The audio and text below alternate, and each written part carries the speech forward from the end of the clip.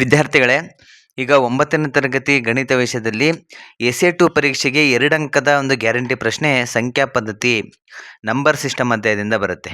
ನೋಡಿ, ಆ ಲೆಕ್ಕ ಈ ಥರ ಇದೆ.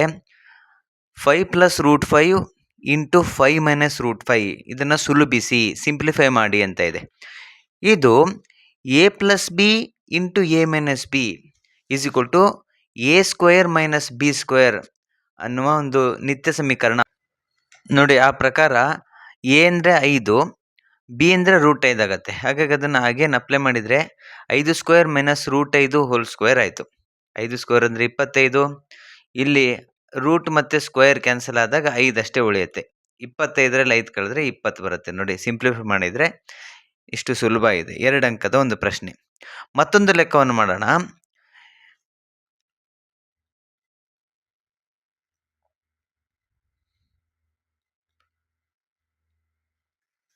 ನೋಡಿ, ಸಿಂಪ್ಲಿಫೈ ಸುಲಭಿಸಿ ಏನು √5 + √2² ಅಂತ ಇದೆ.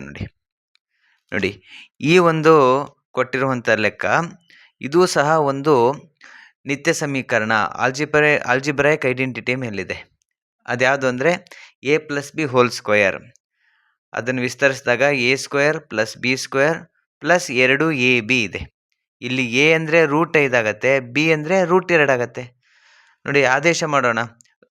ಅವಾಗೇನಾಗುತ್ತೆ, a² ಅಂದರೆ √5² ಮತ್ತು plus √2² plus 2 into a into b ಅಂದರೆ a ಅಂದರೆ √5, b ಅಂದರೆ √2 ಆಗುತ್ತೆ.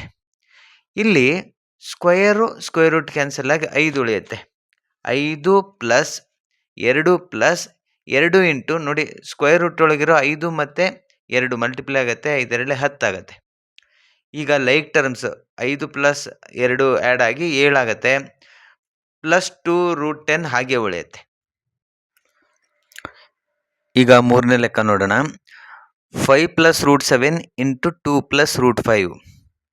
ನೋಡಿ, ಇಲ್ಲಿ 5ಅನ್ನು ಹಾಗೆ ಇಟ್ಕೊಂಡು 2 + √5 ಹಾಗೆ ಗುಣಿಸ್ಕೊಳ್ಳೋಣ. ಪ್ಲಸ್ √7 ಬರ್ಕೊಂಡು 2 + √5 ಮತ್ತೊಮ್ಮೆ ಗುಣಿಸೋಣ.